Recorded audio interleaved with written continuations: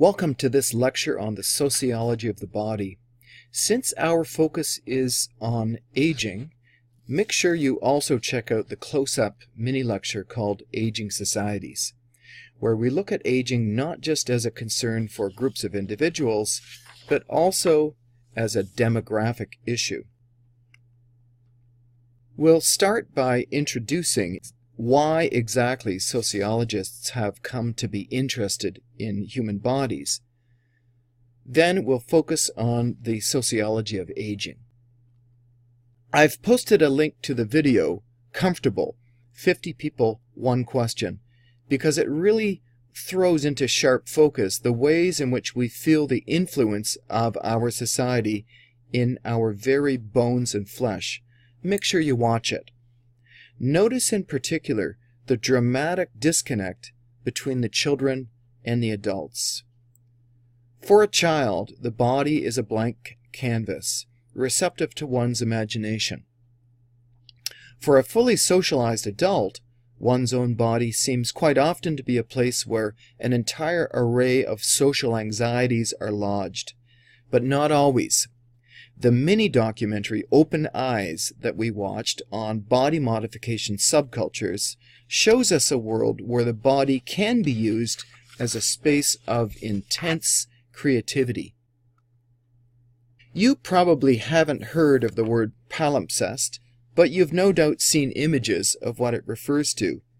In an age before paper, parchment was written on and rubbed out several times in order to make the most of what was at the time an expensive medium. A palimpsest is also a useful metaphor for examining the intersection between society and the human body. In this sense, the body is like a document, where a society writes and rewrites its ever-changing ideas about what it values, how it understands beauty, its dreams, and fears. What's interesting about this is that biological evolution, the speed at which our bodies can adapt to environmental conditions, proceeds very slowly. We have essentially the same bodies we had when we were facing down cave bears during the last ice age.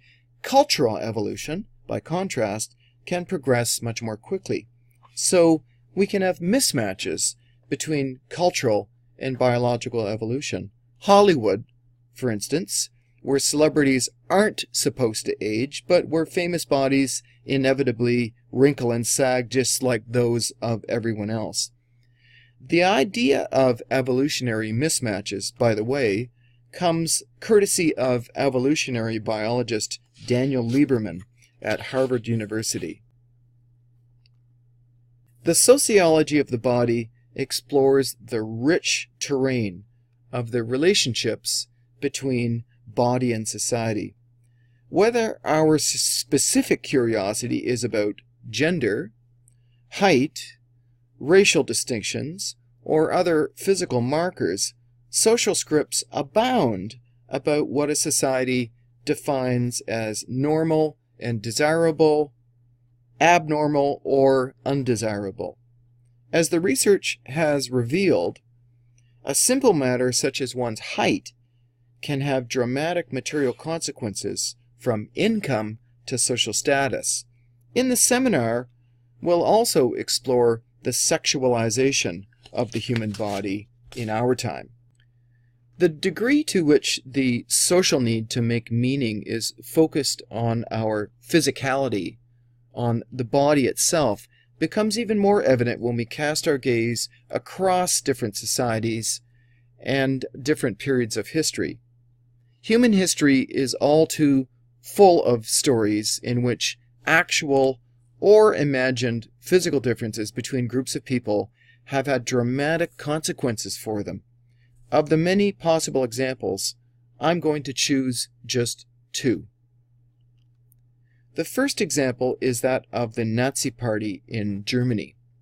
In the propaganda that they distributed so plentifully, there is a dramatic dichotomy created between the ideal of the physicality embodied in the blonde, blue-eyed Aryan race and the grotesquely exaggerated and supposedly demonic features of the Jew. The other dichotomy implied here, of course, is between health and illness, the Aryan ideal as the ideal of health, and the Jew as a diseased collectivity to be scoured out of the body politic. The second example is also European, but takes us back to the early 1800s. Phrenology was a science based on the shape and size of the human skull, the idea being that certain physical features could reveal to the investigator truths about the subject's character. As you can see from this image, the promises of phrenology were enthusiastically taken up by police forces that hoped to use it for criminal profiling.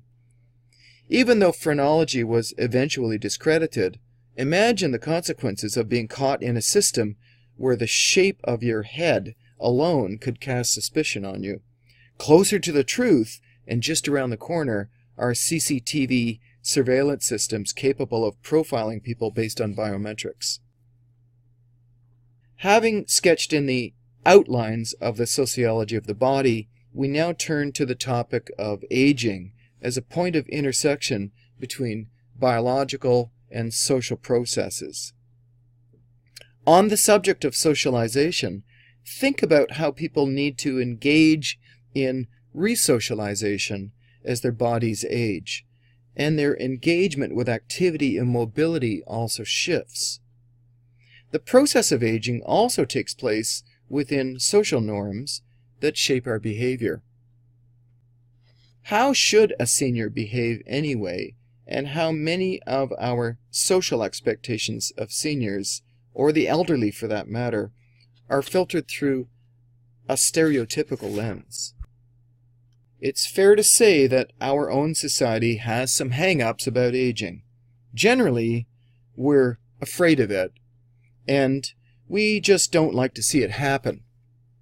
Which goes a long way to explaining the explosive growth in cosmetic surgery, along with over-the-counter products that purport to mask or reverse the aging process. When an unretouched photo of supermodel Cindy Crawford emerged online in February 2015, it was controversial, because even though she was 48 years old at the time of the photo, she apparently shouldn't be appearing with an age-appropriate body in the public eye. Since we are talking about aging, let's talk about old, as in elderly. In the media and pop culture, old people generally don't have a voice to speak for themselves. Instead, we have a very narrow range of stereotypes: feeble, foolish, and pitiable. This is why the video I have posted by the Zimmers is such a blast of fresh air. They came together to speak up about the isolation experienced by the elderly, took their name from a brand of walker that is popular in the United Kingdom, and have a combined age of about 3,000 years. Make sure you check out their cover of The Who's song My Generation, and think about the reversal in the meaning of the lyrics in the hands of a 90-year-old singer. Thanks. Don't forget to drop into the close-up mini lecture on aging societies.